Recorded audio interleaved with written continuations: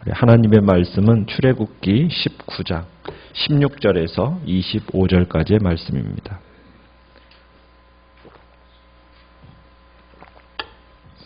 출애굽기 19장 16절에서 25절까지 교독하도록 하겠습니다.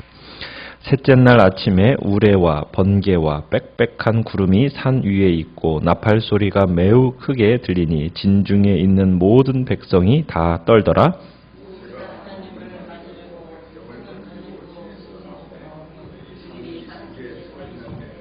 시내산에 연기가 자욱하니 여호와께서 불 가운데서 거기 강림하심이라.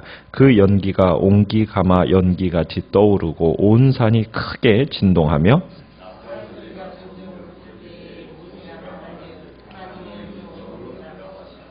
여호와께서 시내산 곧 그 산 꼭대기에 강림하시고 모세를 그리로 부르시니 모세가 올라가매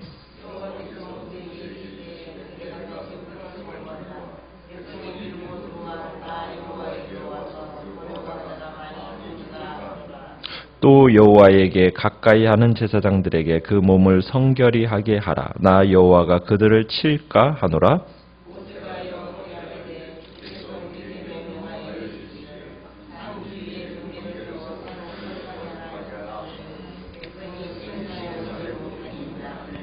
여호와께서 그에게 이르시되 가라. 너는 내려가서 아론과 함께 올라오고 제사장들과 백성에게는 경계를 넘어 나 여호와께로 올라오지 못하게 하라. 내가 그들을 칠까 하노라.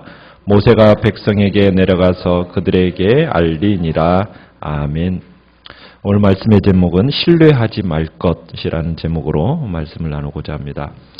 오늘 본문은 마침내 하나님께서 이스라엘 백성과 이제 선민 언약을 맺으시기 위해 시내산 위에 강림하시는 장면입니다. 드디어 3일째 되던 날 아침이 밝아오니까 하나님께서 우레와 번개와 빽빽한 구름과 큰 나팔 소리 가운데 시내산에 강림하십니다. 그러면서 하나님의 크신 위엄, 영광을 나타내시죠.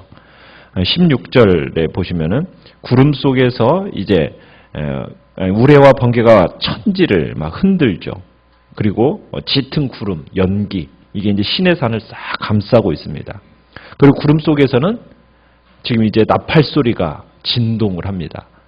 지금 먼 발치에서 지금 이스라엘 백성들이 이 상황을 지켜보고 있는데 이스라엘 백성들이 지금 어떤 마음으로 지금 그 상황을 지켜보고 있습니까?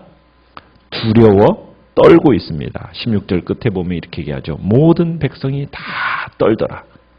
그러니까 그 하나님의 한없는 크신 위엄과 능력 앞에 모두 다 공포에 사로잡히고 있는 겁니다.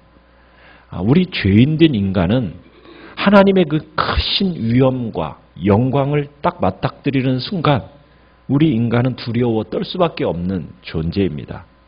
왜냐하면 죄로 인한 그 심판에 대한 공포 때문에 우리는 감히 하나님 앞에 설 수가 없는 겁니다. 지금 우리 이 이스라엘 백성들이 다 떨 수밖에 없는 이유가 여기에 있는 거죠. 자, 그런데 17절에 보면 이제 두려워 떠는 그 백성들을 모세가 이끌고 시내산 밑까지 이제 다가갑니다. 시간이 지나갈수록 이제 더 요란해집니다. 번갯불도 더 번쩍이고 그 가운데 하나님께서 시내산 그 불 가운데 강림하셨다고 얘기합니다. 18절에 보면은 여호와께서 불 가운데서 거기 강림하셨다. 이 불 가운데 강림하셨다. 여러분 이것은 참 중요한 사실입니다. 불이라는 것은 무엇입니까? 만물을 태워서 소멸시키는 성격을 갖고 있는 것이 불입니다. 그러니까 하나님께서 불 가운데 강림하셨다. 이것은 하나님께서는 소멸하는 불이시다라는 것을 지금 증거하는 겁니다.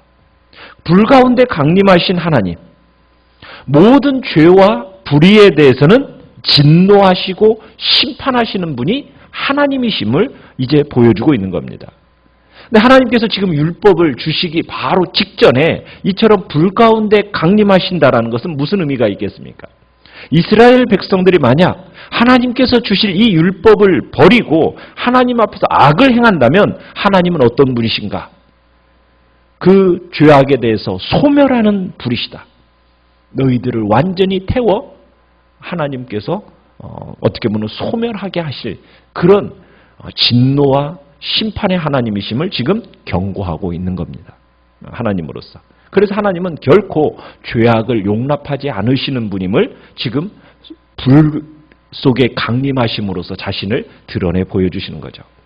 그리고는 19절에 이에 대해 모세는 하나님께 말을 합니다. 19절에 보면은 모세가 하나님께 말을 하니까 하나님이 대답을 하시는데 뭐로 대답을 하셨다고 얘기하고 있습니까? 음성으로 대답하셨다. 이렇게 이야기하고 있습니다. 음성으로 대답하셨다. 음성으로 대답하셨다는 얘기는 무슨 뜻이에요? 어떤 소리가 아니라 음성입니다. 하나님께서 모세와 이스라엘 백성이 알아들을 수 있는 음성으로 소리와 언어를 사용하셨다는 얘기죠. 그러니까 하나님께서 모세와 결코 이해할 수 없는 그런 소리로 말씀하신 것이 아니라 어떤 소리로? 알아들을 수 있는 음성으로 하나님께서 말씀하셨다라는 거예요. 만약 이스라엘 백성들이 하나님께서 모세와 말씀하셨다. 만약 그 알아듣지도 못할 소리로 이렇게 얘기를 하면 어떻게 반응을 하겠어요? 저들이 진짜 하나님과 모세가 얘기를 하는 걸까? 이게 믿으려고 하지 않았을 겁니다. 그러나 하나님께서는 당신의 그 거룩하심과 영화로우심에도 불구하고 우리 낮고 천한 인간의 언어를 사용하시면서 당신의 뜻을 드러내고 계신다는 거예요. 하나님께서는 우리가 하나님의 뜻을 어디 이상한 하늘 위에 바닷속 깊이 하나님의 뜻을 그런 곳에다 숨겨놓지 않으십니다. 하나님은 자신의 뜻을 알아들을 수 있는 음성과 언어로서 우리에게 다가오신다는 거예요. 그래서 우리는 하나님의 뜻을 능히 이해할 만합니다. 하나님은 우리가 이해할 수 없는 말로서 우리에게 나타나는 것을 거절하십니다. 하나님은 우리에게 진정한 말씀으로, 음성으로 나타나셔서 그의 뜻을 우리에게 보여주시는 분이라는 거예요. 그래서 우리는 하나님의 말씀을 대할 때 이 말씀은 우리가 이해하지 못하도록 하나님이 숨겨놓는 말씀이 아니요 깨닫고 그 말씀을 알아서 그 뜻을 준행하도록 주시는 말씀이라는 거. 그래서 이 말씀이 가라 하는 곳까지 가는 거고요. 멈춰라 하면은 그 자리에 멈추는 겁니다. 하나님은 우리를 그렇게 하나님의 뜻을 알도록 부르셨다. 그의 음성을 가운데로 우리를 부르셨다는 걸 보게 됩니다. 자, 그러면서 이제 21절에서 22절에 보면 하나님께서 이제 모세를 산 정상으로 부르시면서 다시 한번 경고하시는 내용이 있습니다. 뭘 경고하고 계십니까? 21절에 보면은 백성을 경고해라. 뭐라고 경고하라고요? 백성이 밀고 들어와 나 여호와에게로 와서 보려고 하다가 많이 죽을까 하노라. 무슨 얘기입니까? 하나님께서 지난번에 경계를 딱 쳐놓으라고 그러셨어요. 여기까지는 올라오지 못하도록. 만약 그 경계를 넘어서는 순간 어떻게 하라고 얘기했습니까? 돌로, 화살로 죽이라고 얘기했어요. 짐승이라 할지라도. 자, 그런데 하나님이 다시 한번 지금 또 경고하시는 거예요.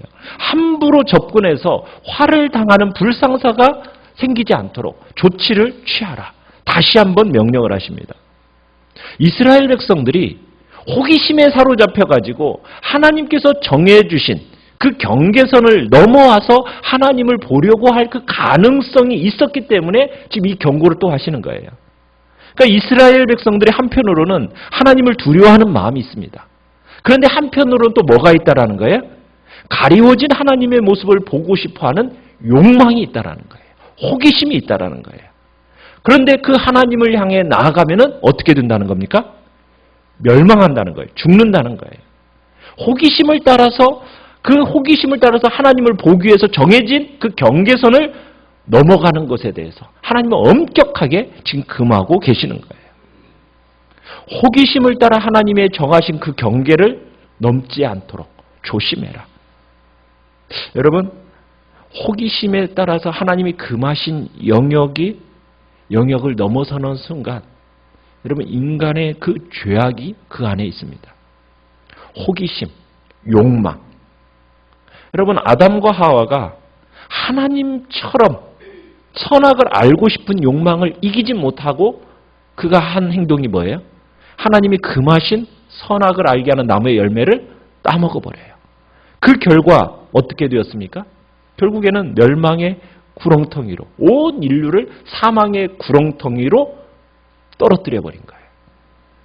하나님께서 금하신 그 영역을 지적인 호기심을 가지고 자기의 욕망과 지적인 호기심을 채우려고 하는 것은 어리석은 일이라는 겁니다. 그래서 우리는 하나님을 알아감에 있어서 칼빈은 그런 얘기를 했어요. 종교개혁자인 칼빈은 성경에서 말하는 데까지만 가라. 성경에서 말하는 데까지만. 그 이상을 넘어서는 것은 인간의 욕심이요, 호기심으로 말미암아 그것은 멸망으로 가는 거다. 그래서 성경이 가는 데까지만 가라는 거예요. 나머지 그 부분에 대해서 하나님에 대한 나머지의 영역은 신비로서 그냥 그대로 남겨두라는 거예요. 그런데 인간의 욕망과 호기심이라는 것은 그 신비를 파헤치고 싶어하고 하나님이 금하신 그 경계를 넘어서려고 하는데 문제가 있어요. 그러면은 그것은 멸망의 길로 치닫게 되는 겁니다. 오늘날 많은 사람들이 성경을 통해 보여주시는 그것에 만족하지 못하고 거기를 넘어서서 호기심을 쫓아가려는 영적인 세계를 더 깊이 가겠다라고 쫓아가려다가 어디로 빠지게 됩니까?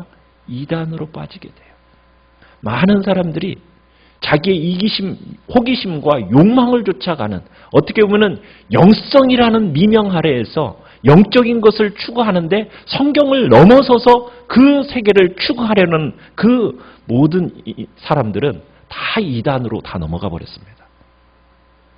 여러분, 하나님의 주권, 그분이 성경에서 말하는 여기까지다 하면은 거기에서 멈춰야 돼요.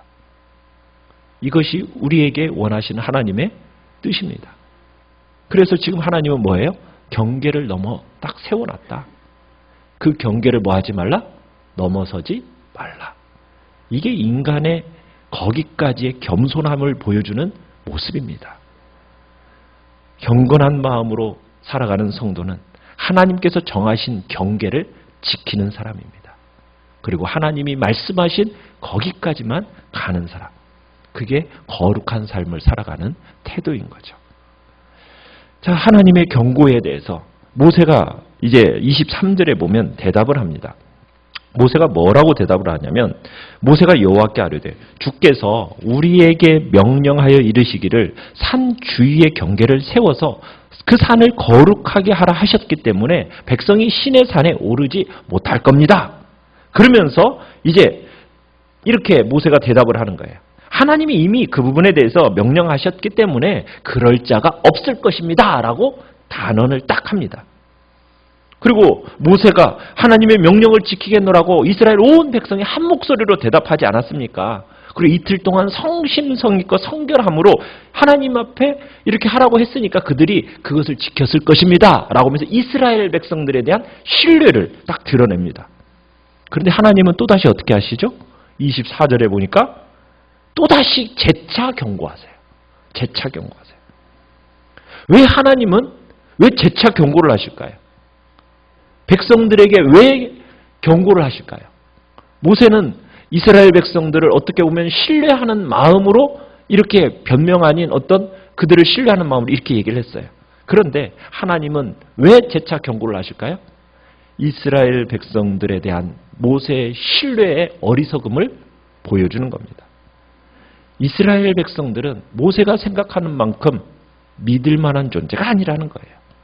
하나님께서는 이스라엘의 연약함과 죄악됨을 누구보다도 너무나도 잘 알고 계셨기 때문에 잠시 성실한 것처럼 보일지는 몰라도 실패할 수밖에 없는 연약한 존재라는 사실을 하나님은 누구보다도 잘 아셨기 때문에 또다시 재차 경고하면서 그 하나님의 말씀을 지킬 것을 다시 한번 당부하고 계시는 거예요. 사람은 신뢰할 수 있는 존재 한 사람도 없습니다. 이 땅에 신실한 사람 과연 있을까요? 타락한 인간은요, 한없이 연약합니다. 언제든지 실패할 가능성이 있는 존재가 바로 인간입니다.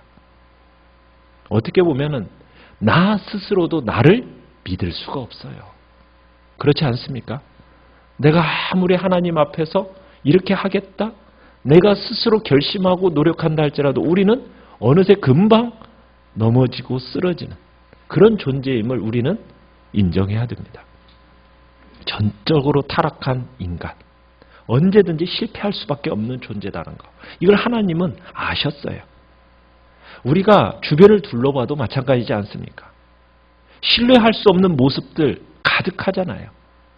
오늘날 너무나도 많은 성도들이 사람을 신뢰하다가 시험에 빠지는 일이 얼마나 많습니까?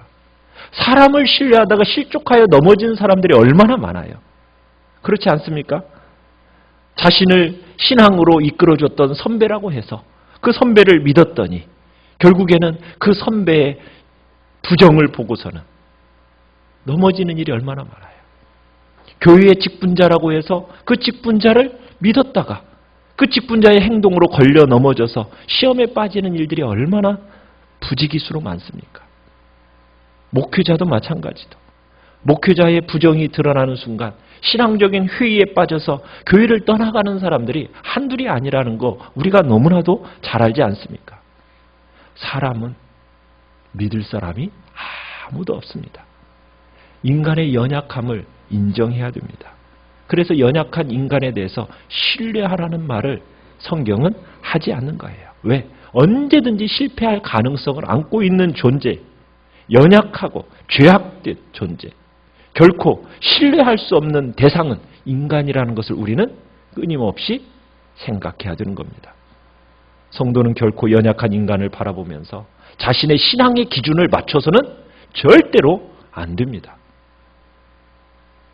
모두 다 실패할 가능성이 있는 연약한 존재라는 것을 인정하고 그리고는 그 사실을 명심하면서 우리는 우리가 사람을 신뢰하다가 실망하는 일이 없도록 오직 우리의 기준, 우리가 바라봐야 할 시선은 누구에게로 고정해야 됩니까? 예수님. 한 분께만 우리의 시선을 고정해야 되는 겁니다. 오늘도 우리의 시선을 예수님께 딱 고정시키면서 우리가 사람으로 인하여 실망하고 넘어지는 일이 생기지 않도록 우리의 그 시선을 주님께로만 고정하는 복된 한날이 되어서 승리를 거두는 복된 오늘 되도록 주님 앞에 기도합니다.